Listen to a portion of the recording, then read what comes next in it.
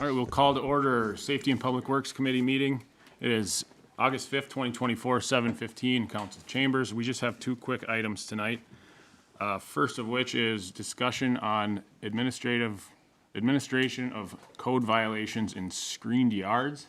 I'll hand this over to James Kramvik.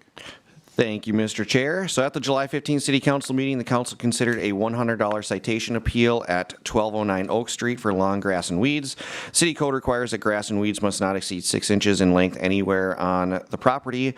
After reviewing the conditions, council approved Mr. Timmer's appeal of the citation by considering the fact that the lawn and grass could not be seen behind the 6-foot fence and thus was not a major issue on the site.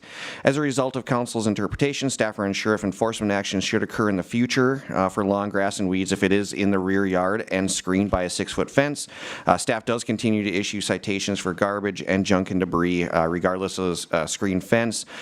This was kind of questioned by some concerned citizens within the community, and staff is asking City Council to discuss direction going forward. Thank you. The individual that did ask for this to be on the agenda is not here tonight. We expected a little bit more discussion, maybe back and forth with him, but we can just kind of discuss the appeal, I guess, between us and move on from there. Anybody have anything they want to say about it or about the question of it?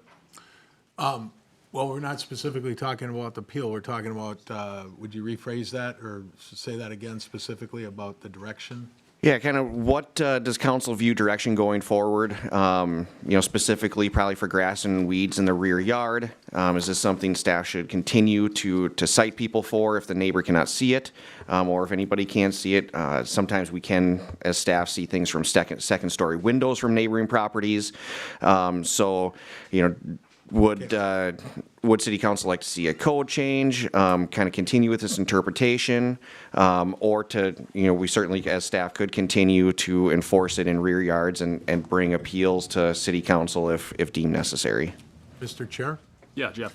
I would like to just encourage staff to continue as status quo and cite people for the violations. And I think in reviewing the last meeting and our decision we made, I think the council has the liberty of using our discretion to see what we want to do. And I have something further I'll say at the full council meeting regarding this particular issue, but I would certainly encourage staff to continue and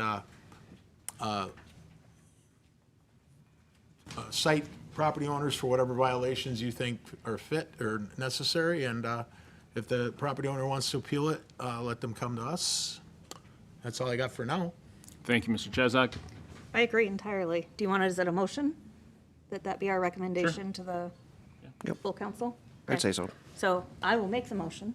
Second, to do what I said. What you said. Okay. Yeah.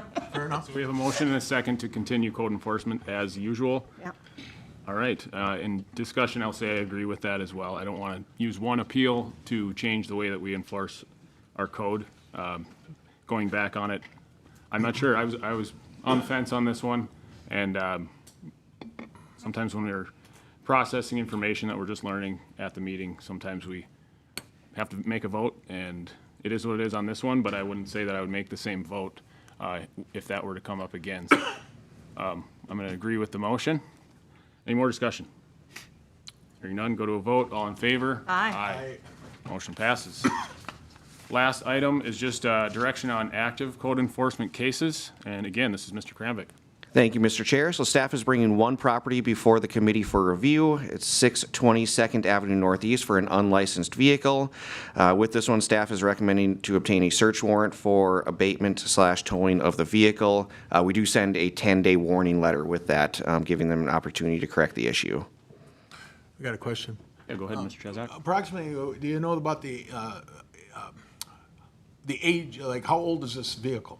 Do you have any idea roughly? Like, is it a real old car, or a truck, or whatever it is? So the pictures that were taken were close-up of just a license plate. I don't believe, typically our code enforcement officer, if it's an inoperable vehicle, will take a picture from a distance. So while it may not run, it probably still appears operable. So if it's inoperable, usually we get a further away picture with wheels off, wheels that are flat.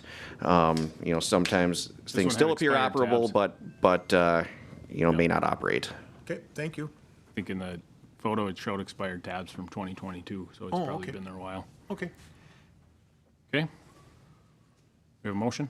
I move to approve the, what do we got here? Staff recommendation? Yes, thank you. Second? Motion and second. Any more discussion? Hearing none, go to a vote. All in favor? Aye. Aye. Motion passes, and we can adjourn to the council meeting.